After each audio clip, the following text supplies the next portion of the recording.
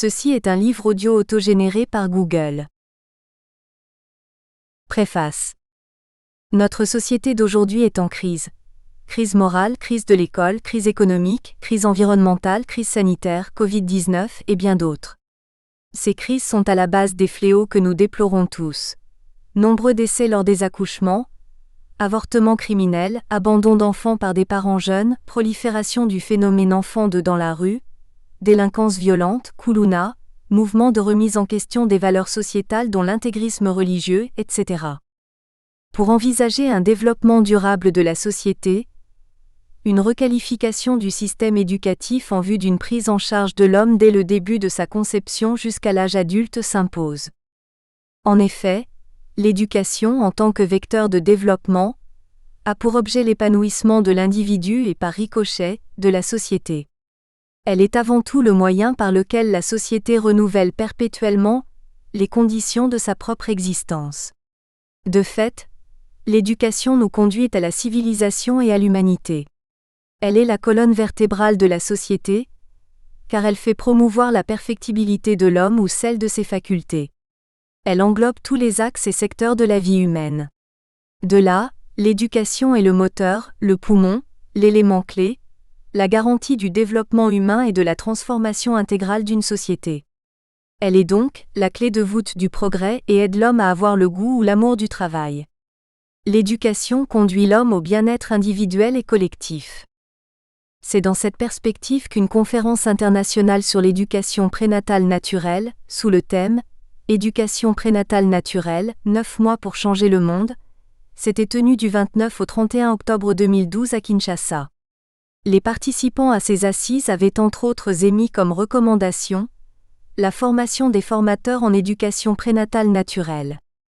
À la suite de cette conférence, les experts intervenants, membres de l'Association nationale de l'éducation prénatale de la RD Congo, ANAEP-RDC, et chercheurs du laboratoire d'écologie politique, LAECOPOL, ont animé en 2017 une autre conférence en éducation prénatale naturelle qui avait comme objectif général la formation d'un personnel capable de dispenser des enseignements dans ce domaine en République démocratique du Congo.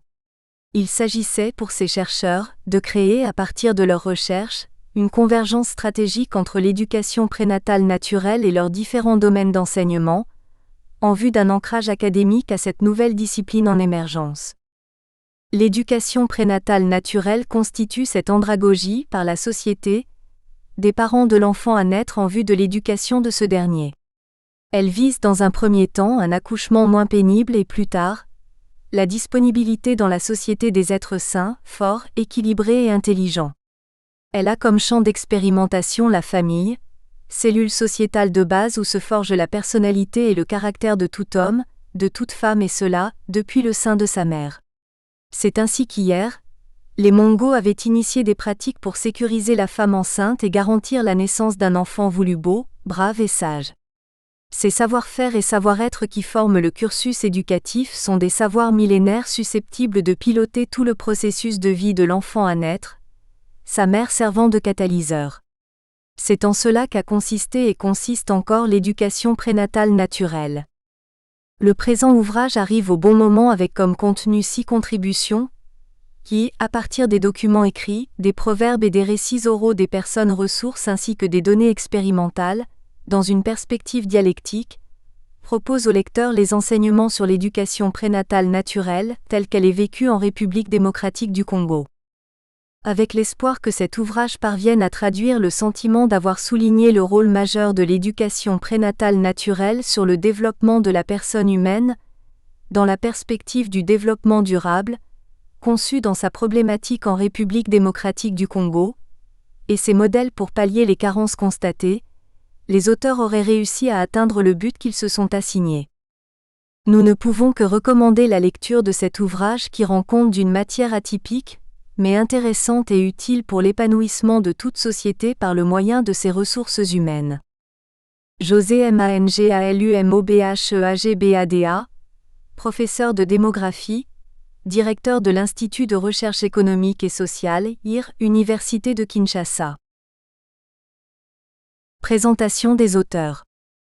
Jean-Pierre Lotoyilangobanga est professeur de sciences politiques à la Faculté des sciences sociales de l'Université de Kinshasa et directeur du laboratoire d'écologie politique, LAECOPOL. Coach scientifique, il concentre ses ressources intellectuelles et morales sur la formation des homologues, au pays ou en cotutelle, pour assurer la relève.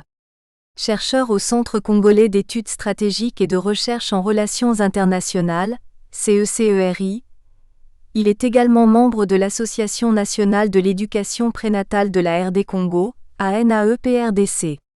Auteur de plusieurs publications scientifiques sur les politiques publiques, partenariats public-privé, décentralisation territoriale, développement local et l'éducation prénatale naturelle, il est docteur en sciences politiques et administratives de l'Université de Kinshasa. Auteur de l'introduction, du premier chapitre et de la conclusion du présent ouvrage dont il a assumé la direction de recherche, il est également membre du Conseil scientifique pour la promotion de la biodiversité, CSB. Louis EFOTOEALE et Patrick Bokungu EFOTO sont les co-auteurs du deuxième chapitre de cet ouvrage. Louis EFOTO est docteur en sciences, groupe sciences physiques, de l'Université de Kinshasa et détenteur d'un master en transformation des agro-ressources, option chimie et technologie alimentaire, de l'Université Marien Ngouabi de Brazzaville. Actuellement professeur à la Faculté des sciences, il y assume également des fonctions décanales comme secrétaire de département chargé de l'enseignement, département de physique, et membre du comité des curricula académie. Il mène des recherches dans les énergies renouvelables et les machines locales. Auteur de plusieurs publications, il participe actuellement à la rédaction de la norme ISO-PC 318 en sa qualité de membre du comité miroir de l'ISO de la RD Congo. Actuellement, il dirige en cotutelle des thèses de doctorat. Patrick Bokungu, en ce qui le concerne, est détenteur d'une licence en maths info, option génie informatique de la Faculté des sciences à l'Université de Kinshasa. Il est actuellement assistant à la Faculté de pétrole, gaz et énergies nouvelles de l'Université de Kinshasa. Il prépare actuellement un master en intelligence artificielle à l'École doctorale régionale de mathématiques et informatique de Kinshasa. Co-auteur du deuxième chapitre de ce livre, Louis et Patrick sont membres de LAECOPOL et de l'ANAEPRDC ainsi que du CSB. Jesual Lotoyilangobanga est détenteur d'un diplôme de docteur en médecine de l'Université de Kinshasa et actuellement en spécialisation au département de gynécologie et obstétrique des cliniques universitaires de la même université. Il est aussi médecin traitant au Centre Mère et Enfants de Barumbu, à Kinshasa. Membre du LAECOPOL et de l'ANAEPRDC, il est l'auteur du troisième chapitre de cet ouvrage. Albert Issayuma est depuis le 27 août 2020, docteur en sciences politiques et administratives de l'Université de Kinshasa, après une brillante soutenance publique de sa thèse sur le développement de la RD Congo par le renouvellement des ressources humaines. Chef de travaux à la Faculté des sciences sociales administratives et politiques de la même université, il est disciple et collaborateur principal du professeur Jean-Pierre Lotoy. Il est actuellement en transmutation pour la carrière académique, comme professeur associé. Auteur du quatrième chapitre du présent ouvrage, il est membre du LAECOPOL et de l'ANAEPRDC. Bienvenue MUCHUKIWANGUSU, est docteur en sciences politiques et administratives de l'Université de Kinshasa, et professeur à la Faculté des sciences sociales administratives et politiques de la même université. Un de nombreux disciples du professeur Jean-Pierre Lotoy, l'auteur du cinquième chapitre du présent ouvrage s'intéresse notamment à l'inculturation du développement et à l'éducation prénatale naturelle, deux créneaux paradigmatiques du LAECOPOL où il est chercheur associé. Il est également membre du Centre d'études et de documentation sur l'Afrique centrale, CEDAC. Godé ATSHWELOKELMUNTUNGI, premier disciple du professeur Jean-Pierre Lotoy, est docteur en sciences politiques et administratives de l'Université de Kinshasa et spécialiste en management public leadership. Actuellement chef du département des sciences politiques et administratives, Il est professeur à la faculté des sciences sociales, administratives et politiques de la même université et enseigne le management dans plusieurs autres facultés et universités du pays. Auteur du 6e dernier chapitre du présent ouvrage, il est chercheur au LAECOPOL et membre de la chaire de l'administration publique et management, CAPM. Introduction générale. Par Jean-Pierre Lotoyilangobanga. L'union fait la force. Ce postulat peut se muer en devise pour les chercheurs congolais, qui se sont jetés dans les dédales de l'éducation prénatale naturelle. Lorsqu'au début du second semestre de 2012, le Conseil scientifique pour la promotion de la biodiversité (CSB) a confié la charge de rechercher le financement au manager d'action communautaire pour le développement intégral, ACDI, Claude Iluta Ngambi, et lancé l'idée de l'organisation d'une conférence internationale sur l'éducation prénatale naturelle (NEPN). Le scepticisme planait encore au-dessus des têtes des chercheurs du CSB et ceux y associés du laboratoire d'écologie politique, LAECOPOL de L', Université de Kinshasa.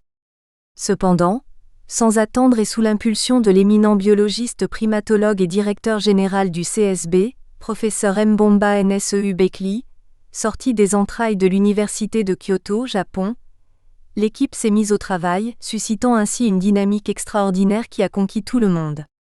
Et au mois d'octobre 2012, cette conférence internationale a eu effectivement lieu à Kinshasa, avec la participation personnelle de la présidente de l'Organisation mondiale des associations pour l'éducation prénatale, OMAEP, Madame Johanna Marie, et sous le patronage du ministère de la Femme et Famille de la RD Congo.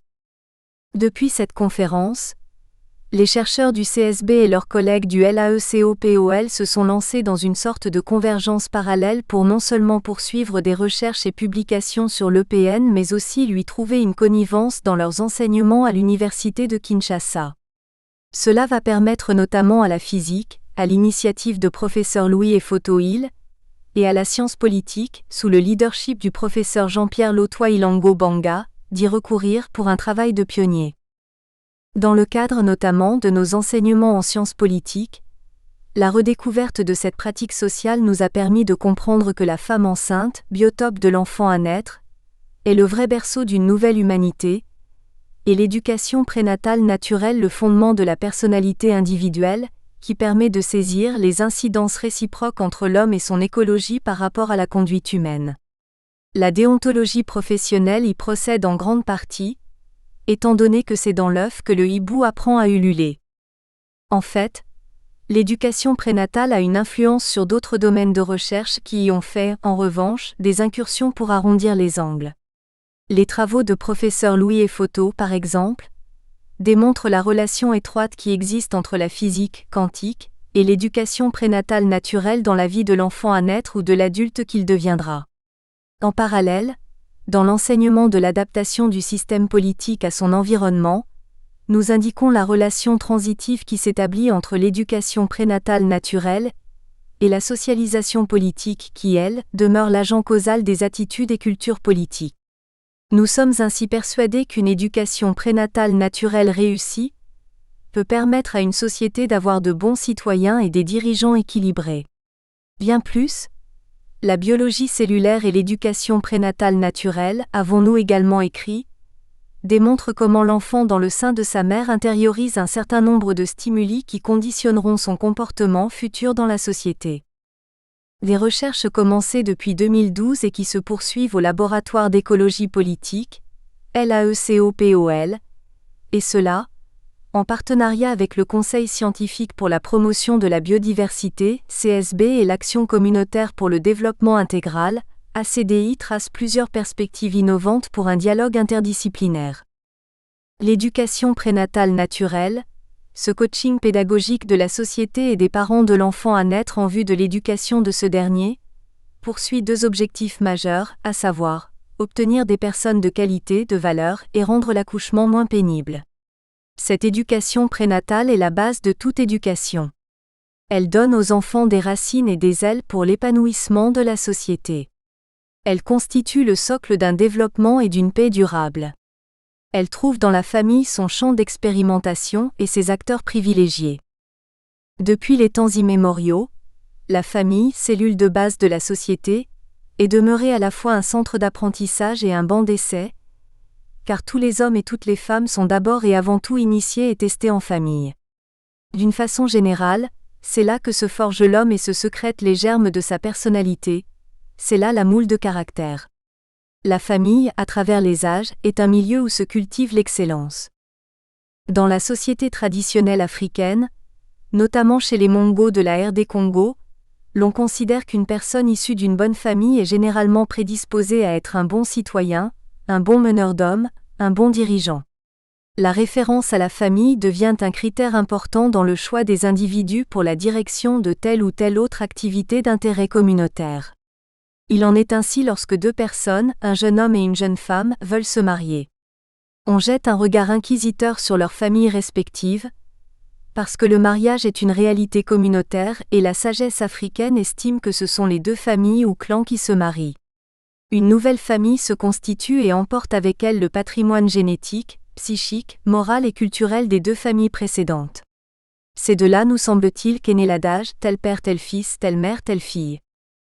La prise de conscience de cette responsabilité sociétale a conduit les familles africaines, en l'occurrence chez les Mongo, à agir déjà en amont pour s'assurer que la survie de la famille ou du clan est garantie, que la contribution aux activités d'intérêt communautaire ne pose problème ni aujourd'hui ni à l'avenir. Aussi, la femme enceinte a-t-elle été toujours entourée de beaucoup de soins étant donné qu'elle demeure le biotope de l'enfant à naître. Les Mongo notamment ont donc initié des pratiques pour sécuriser la femme enceinte et garantir la naissance d'un enfant voulu beau, brave et sage. Ces pratiques éducatives sont des savoirs millénaires qui aident à coacher tout le processus de vie de l'enfant à naître, sa mère se situant au centre de toutes les préoccupations à la fois comme apprenante et comme éducatrice, surtout en ce qui concerne les primipares. Le coaching prénatal ou l'espace où l'on pense éducation de l'enfant fœtal est issu de ces préoccupations. Pourquoi en Afrique traditionnelle, notamment chez les Mongo, les femmes enceintes sont-elles entourées de beaucoup de soins? Pourquoi a-t-on développé et vulgarisé des pratiques éducatives permettant d'assurer le coaching prénatal? Quelles sont ces pratiques? Quelle est leur signification? Comment peut-on arriver à une convergence parallèle entre, par exemple, les consultations prénatales et l'éducation prénatale naturelle? Comment peut-on comprendre ou éviter que des enfants qui naissent n'investissent pas les rues des villes africaines pour y survivre, ou se dresser contre la société? D'où vient que dès l'enfance, tel homme accuse des carences à conduire les autres et tel autre est par exemple le sens de l'autorité ou du leadership? Comment peut-on se servir de l'éducation prénatale naturelle comme antidote contre des écarts multiformes observés, et lui restituer sa fonction de creuset des hommes équilibrés, voire des ceux doués d'un charisme exceptionnel, en vue de l'épanouissement de toute société humaine? Toutes ces questions seront abordées, d'une façon ou d'une autre, tout au long des cogitations des différents auteurs. Le présent ouvrage propose un échange qui s'organise à un moment crucial, à savoir, celui où plusieurs dérèglements caractérisent la société d'aujourd'hui: crise morale, crise de l'école, crise économique, crise environnementale, etc. L'éducation prénatale naturelle s'interpose ainsi comme un arbre, à la fois, à problème et de solutions. Elle donne ainsi prétexte à cet ouvrage collectif qui prend en compte, outre des documents écrits, des proverbes et des récits oraux des personnes ressources ainsi que des données expérimentales, dans une perspective dialectique. En effet, la vie des hommes situés se déroule toujours dans une interdépendance écologique qui marque en permanence coopération naturelle et contradictions souvent cristallisées. Pour vérifier la validité des propositions avancées, nous présentons, dans les pages qui suivent, 6 contributions des auteurs connus de la communauté scientifique et qui ont déjà fait l'objet d'une expo au public. La répétition est la mère de la science, dit-on. Notre objectif didactique en les alignant dans un ouvrage collectif est d'assurer leur proximité avec les lecteurs de par le monde et susciter la soif de la lecture auprès de ceux qui, chez nous, ignorent encore les merveilles de ce saint divertissement. La première contribution est de Jean-Pierre Lotoy Ilango Banga et porte sur les pratiques africaines d'éducation prénatale naturelle, en mettant en lumière sa perspective chez les Ekonda, une branche Mongo spécifique, des lacs résiduels de la cuvette congolaise Toumba Mindombe. Ces savoirs et pratiques, dont les Mongos en général et les Ekonda en particulier ont fait montre, donnent des indications sur l'origine fœtale de certains comportements qui permettent de photographier l'identité essentielle de chaque homme ou femme. À bien des égards, les hommes sont ce qu'ils furent dans le sein de leur mère. La nature de l'environnement, social et géophysique, alentour de la femme gestante est déterminante pour le comportement ultérieur de l'enfant fœtal. Et l'influence de ce même environnement est imparable. En conséquence, il faut soigner la qualité morale, psychique et spirituelle de cet environnement si l'on veut obtenir à l'accouchement un être de qualité et des hommes de valeur pour la société. La deuxième contribution, qui préconise une gestion responsable des stimuli, signaux bioélectriques induits par les interdits environnementaux via les organes de sens de l'homme, est l'œuvre commune de Louis Effoto-Hill et Patrick Bokungu Effoto. L'étude procède, au moyen des notions des stimuli sur et dans le corps humain, par établir que l'observance des interdits environnementaux a contribué hier au développement harmonieux des futurs bébés. À cette fin, elle rappelle les notions de biophysique indispensables pour le travail d'abord. Elle les applique ensuite à l'analyse des violences faites aux femmes, cas de bagarre. Elle montre que cette dernière est un stimulus mécanique qui agit sur l'organe de sens, peau, et induit des potentiels d'action dont certains ont des effets observables, ripostes foudroyantes, pleurs et autres. Elle construit le modèle bioélectrique du placenta et procède à l'analyse des effets des potentiels d'action de l'interdit bagarre. L'étude quantitative sous forme de simulation à partir des valeurs des grandeurs bioélectriques des tissus du placenta et de l'environnement maternel est projetée. L'objectif didactique reste le même, à savoir, le pourvoi de la communauté en ressources humaines de qualité pour son développement harmonieux. Dans la troisième contribution, Jesual Lotwa Banza soulève la problématique de la synthèse des principes de l'éducation prénatale naturelle, EPN, et ceux des consultations prénatales, CPN. Cette étude rappelle que l'homme est le maillon essentiel de la société et la femme. Nous espérons que vous avez apprécié cet aperçu. Pour continuer à écouter ce livre audio sur Google Play Livres, utilisez le lien dans la description de la vidéo.